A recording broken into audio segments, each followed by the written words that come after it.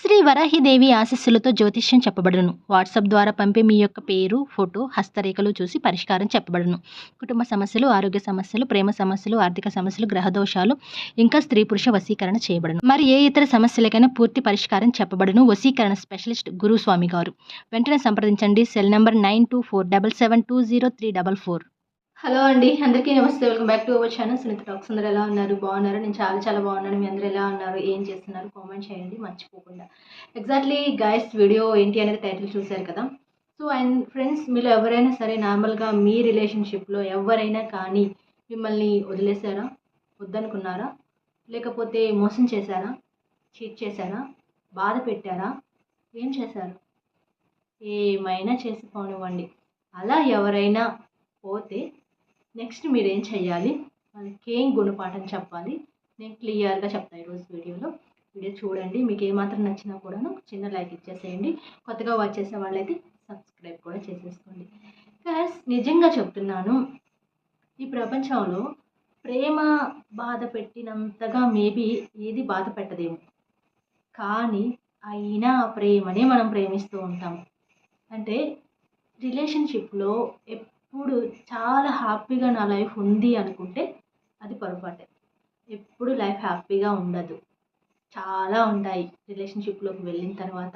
కోపాలు ఉంటాయి, గొడవలు ఉంటాయి, అడ్జస్ట్మెంట్స్ ఉంటాయి, మిస్అండర్స్టాండింగ్స్ ఉంటాయి, ఏడుపులు ఉంటాయి. అండ్ తర్వాత మళ్ళీ రియలైజ్ అవటము ఉంటుంది, మళ్ళీ కలిసిపోవటం కూడా ఉంటుంది కొంతమంది విషయాల్లో. బట్ ఇంకొంతమంది విషయాల్లో చాలా రూడ్గా బిహేవ్ చేస్తూ ఉంటారు, లేదా యాంగ్రీతో ఉంటారు, లేదా నువ్వు వద్దు అంటారు, లేదా మిమ్మల్ని చీట్ చేసో వేరే ఆప్షన్ చూసుకోవడమో ఏదో ఒకటి ఉంటుంది.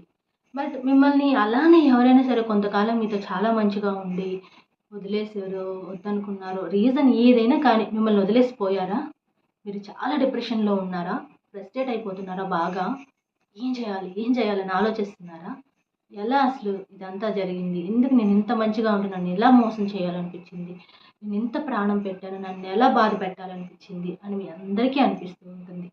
జెన్యూన్గా ప్రేమించే ఏ అబ్బాయికైనా ఏ అమ్మాయికైనా ఇలానే అనిపిస్తూ ఉంటుంది. ఆ బాధ కూడా ఉంటుంది. కానీ దూరం అనే వర్డ్ చాలా చిన్న పదం, కానీ దాని భారం మోసే వాళ్ళకే తెలుస్తుంది. కానీ నేను చెప్పేది ఏంటంటే, ఒక మాట చెప్తాను గాయస్, అది రైటో రాంగో అనేది మీరే కామెంట్ చేయండి. సిచ్యువేషన్ ఏదైనా సరే ప్రేమ ఒకేలా ఉండాలి.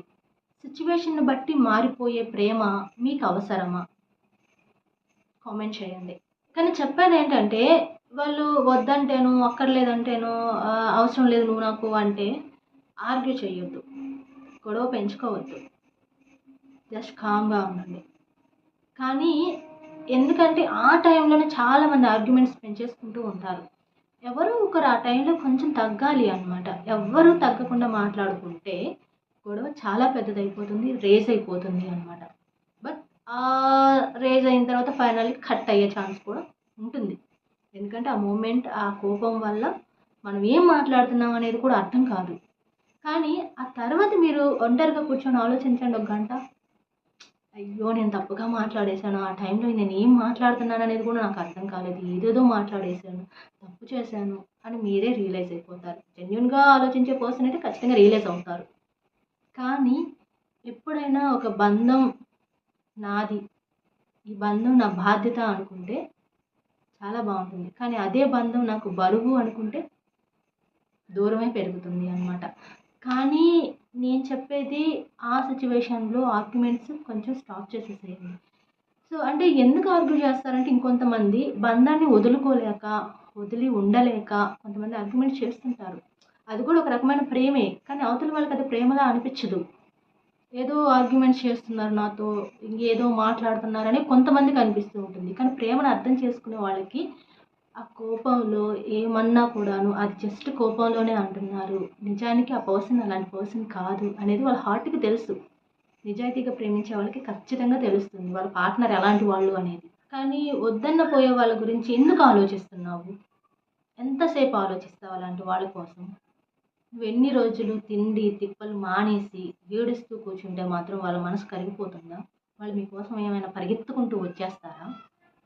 నిన్ను అంత ప్రేమించేవాళ్ళు అసలు నిన్ను దూరం ఎందుకు పెడతారు ఆలోచించండి. నిన్ను ప్రాణం కంటే ఎక్కువ ప్రేమించిన వాళ్ళు అసలు వాళ్ళ మనసు ఒప్పుకుంటుందా మిమ్మల్ని దూరం పెట్టడానికి, మిమ్మల్ని వదిలేసి పోవటానికి? అప్పుడే అర్థం అవ్వాలి కదా వాళ్ళ ప్రేమ ఎలాంటిది, వాళ్ళు ఎలాంటి మనుషులు అనేది మీకు. కానీ చాలామంది చేస్తున్న ఒక పెద్ద పొరపాటు ఏంటి అంటే వాళ్ళ వెంట పడటం, వాళ్ళని బ్రతిమలాడుకోవటం, అవసరమైతే వాళ్ళ కాళ్ళు పట్టుకోవటం. నువ్వు బ్రతిమలాడితేనో, బుజ్జగించుకుంటేనో, ఏడిస్తేనో వచ్చే ప్రేమ జీవితాంతం ఉండదు. మీరు గుర్తుపెట్టుకోండి ఈ మాట. ఈ వీడియో ఏదో ఒక రోజు మళ్ళీ మీరు ఓపెన్ చేసి చూసినా కూడాను బలవంతంగా తెచ్చుకునేది ఏది మీతో ఉండదు. కొద్ది రోజులే ఉంటుందేమో కానీ మేబీ జీవితాంతం అయితే అసలు ఉండదు. ఇష్టం ఎప్పుడు తనంతట తానుగా రావాలి. అది ఒకరు చెప్తే వచ్చేది కాదు. కానీ కొంతమంది ఆ గతాన్నే తలుచుకుంటూ అక్కడే ఆగిపోతున్నారు. కానీ ఆ గతంలోనే మీరు ఉండిపోతూ పక్కనే ఉన్న హ్యాపీనెస్ని చూడలేకపోతున్నారు మీ కళ్ళతో మీరు. చాలా మంచి లైఫ్ మీకోసం అక్కడ ఎదురు చూస్తున్నా కూడాను మీరు అవి కళ్ళతో చూడలేకపోతున్నారు. అండ్ గాయస్, లవ్లో ఫెయిల్ అవటం అనేది అది చాలామంది బాధ అనుకుంటారు కానీ అది మీ స్ట్రెంగ్త్. మీరేంటి అనేది తెలియజేస్తుంది. అవతల పర్సన్తో ఎలా ఉండాలి అనేది తెలియజేస్తుంది. ఫ్యూచర్ ఏంటి అనేది డిసైడ్ చేస్తుంది. మన లిమిట్స్ మనకి ఏంటి అనేది తెలుస్తుంది. మనం ఎవరిని నమ్మాలి, ఎవరిని నమ్మకూడదు, మనం ఎంతవరకు వాళ్ళతో ట్రావెల్ అవ్వాలి, ప్రతి ఒక్కటి లవ్ ఫెయిల్యూర్ అయిన వాళ్ళకే తెలుసు. నిజంగా చెప్తున్నాను. బట్ ఫెయిల్యూర్ అనేది లవ్లో జరిగిందేమో కానీ అలాంటి వాళ్ళకి లైఫ్లో జరగదు. లైఫ్లో చాలా సక్సెస్ అవుతారు వాళ్ళు. ఎప్పుడైతే వన్స్ ఒక ఫెయిల్యూర్ చూసి వస్తారో ఖచ్చితంగా వాళ్ళు గొప్ప పొజిషన్కి వెళ్తారనమాట. యాక్చువల్లీ మీ అందరికీ అసలు తెలుసో లేదో కానీ ఇప్పుడు అంతా కూడాను ఇన్సిడెంట్ కర్మ. ఇన్స్టెంట్గా అయిపోతుంది అంతా. ఇంతకు ముందు రోజుల్లో ఏదన్నా మోసం చేసి బాధ పెట్టి పారిపోతే సో వాళ్ళకి ఎప్పటికో ఏదో జరుగుతుంది, ఇప్పుడల్లా ఏమీ జరగదు అనుకునేవాళ్ళు. బట్ నో వే, ఛాన్సే లేదు. ఇప్పుడంతా ఇమీడియట్ కర్మ అనమాట. ఎప్పటిదప్పుడే కర్మ అనేది ఏది బ్యాలెన్స్ పెట్టుకోకుండా వాళ్ళకి ఏదో ఒక రూపంలో చూపించేస్తుంది. అది హెల్త్ పరంగానో వేరే ఇంకేదన్నా పరంగానో ఏదో ఒక రకంగా వాళ్ళకి ఆ కర్మ ఇమీడియట్గా చూపిస్తుంది. అండ్ ఇప్పుడు ప్రజెంట్ సిచ్యువేషన్ అదే జరుగుతుంది అనమాట. సో కాబట్టి వెళ్ళిపోయారు, వాళ్ళు ఏదో హ్యాపీగా ఉన్నారు అని అస్సలు అనుకోమాకండి. వాళ్ళకి జరగాల్సిన రోజు, వాళ్ళకి వాళ్ళ కర్మ అనుభవించే రోజు ఖచ్చితంగా అనుభవిస్తారు. అది కూడా చాలా ఎర్లీగానే అనుభవిస్తారు అనమాట. ఎంత లేట్ కూడా లేదు అసలు. ఓకే, కానీ ఏడిస్తే అలా అని ఏం మారదు. తెగిస్తేనే ఏదైనా మారుతుంది అని మాత్రం గుర్తుపెట్టుకోండి. ఎలా ఉంది, మీకు చాలా బాగా నచ్చింది అనుకుంటున్నారు, మీరు కొంతైనా మోటివేట్ అయ్యారని నేను అనుకుంటున్నాను. వీడియో ఎలా ఉంది కామెంట్ చేయండి. కొత్తగా వాచ్ చేస్తే సబ్స్క్రైబ్ కూడా చేసేసుకోండి. ఇన్స్టా ఐడి, మెయిల్ ఐడి కూడా నేను ఇస్తున్నాను. కావాలనుకున్న వాళ్ళు చెక్ చేయండి, డిస్క్రిప్షన్లో ఇస్తాను. ఈరోజు ఈ వీడియోలో ఉంటుంది, ఖచ్చితంగా చెక్ చేయండి. మీ పర్సనల్ డౌట్స్ కానీ మీ రిలేషన్షిప్ గురించి ఏమైనా క్లారిటీ తీసుకోవాలి అనుకున్నా కూడాను నాకు డిఎం చేయండి. ఖచ్చితంగా నేను రిప్లై చేయడానికి మ్యాక్సిమం ట్రై చేస్తూ ఉంటాను. And thank you so much మీ అందరి సపోర్ట్కి. నాకైతే మీరు ఇలానే సపోర్ట్ ఇస్తూ ఉండండి. నేను మంచి మంచి వీడియోస్తో మంచి మంచి కంటెంట్తో మీ ముందుకు